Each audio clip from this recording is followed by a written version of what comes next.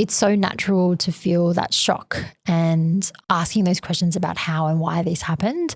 But I would really be mindful and say that there's no one reason why a child starts engaging in self-harm, and you can't reduce it to one thing or one person because it's so much more complex than that.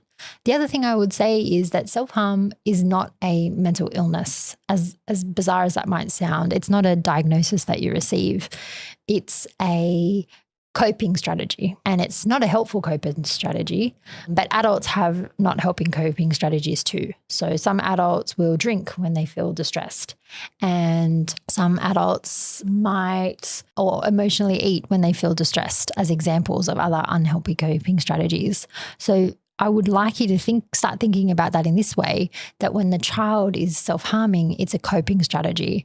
So instead of focusing on the self-harm, we want to focus on the distress and try and alleviate that distress, or teach them new coping strategies that they can use instead of the self-harm. So it would be really natural, and I see this happen often. Parents and professionals want to just talk about the self-harm, and, they find out this is happening and talk about how and why and, what are you doing